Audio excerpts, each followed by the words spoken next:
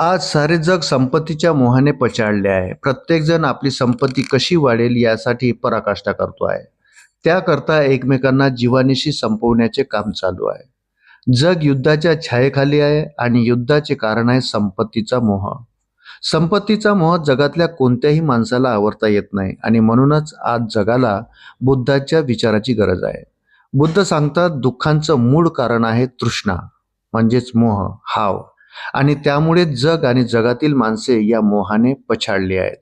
बुद्ध म्हणतात याचं कारण आहे अज्ञान आणि हे अज्ञान जर दूर करायचे असेल तर प्रत्येकाने योग्य शिक्षण घेऊन स्वयंप्रकाशित होणे गरजेचे आहे.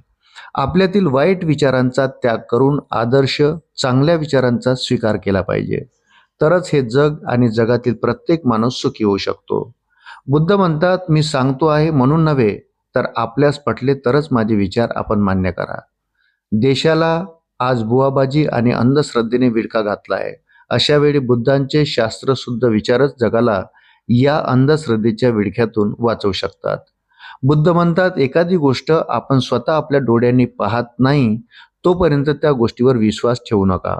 त्या गोष्टीचा प्रत्यक्ष तुम्ही अनुभव घ्या तरच ती मान्य करा.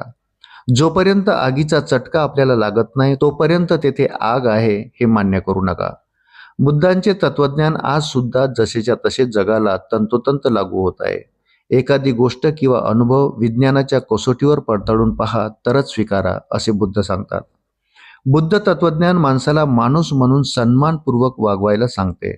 प्रत्येकाने प्रत्येकाशी प्रेमाने वागले पाहिजे. आपल्यामध्ये वैज्ञानिक दृष्टिकोन विकसित केला पाहिजे. तरच आपण आपल्या जीवनात विकास करू शकतो. आपले जीवन विकसित करण्यासाठी बुद्धांच्या आर्य अष्टांगिक मार्गाचे आपण पालन केले पाहिजे. आज जगाला बुद्ध विचारांची गरज आहे आणि म्हणून आजच्या बुद्ध पौर्णिमेच्या निमित्ताने बुद्धांना म्हणजे बुद्ध विचारांना शरण जाऊया. मित्रांनो, व्हिडिओ जर आवडला असेल तर व्हिडिओला लाईक करा आणि आपण जर माझ्या चॅनलवर प्रथमच भेट देत असाल तर कृपया चॅनलला सबस्क्राईब करायला विसरू नका. भेटूया पुन्हा अशाच महत्त्वपूर्ण माहितीसोबत. तोपर्यंत धन्यवाद.